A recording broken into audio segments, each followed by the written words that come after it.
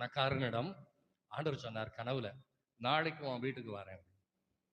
காத்துட்டு இருந்தான். நல்ல சாப்பாடு, அவருக்கு புது ட்ரெஸ், அவருக்கு நிறைய கிஃப்ட் எல்லாம் வாங்கி வச்சிருந்தான். கரெக்டா 12 மணிக்கு மத்தியானம் வந்தார். வந்த உடனே அவரை தன்னுடைய சொத்துக்களெல்லாம் காமிச்சா, நகைகளெல்லாம் காமிச்சா, பணத்தெல்லாம் காமிச்சா, அறைகளெல்லாம் காமிச்சா, எல்லாம் காமிச்சிட்டு உங்களுக்கு என்ன வேணுமோ எடுத்துக்கோங்க ஆண்டவரே. அப்போ ஆண்டவர் சொன்னாரு, ஏப்பா இதெல்லாம் எனக்கு, இந்த பணம் எதுக்கு, இந்த உடை எதுக்கு, இந்த கிஃப்ட் எதுக்கு, எனக்கு வேண்டாம். என்கிட்ட இல்லாத ஒன்னே ஒண்ணு உன்கிட்ட இருக்கு, அதை மட்டும் நீ எனக்கு தர முடியுமான்னு கேட்டார். தாரேன் ஆண்டவரே அப்படின்னு சொன்னான்.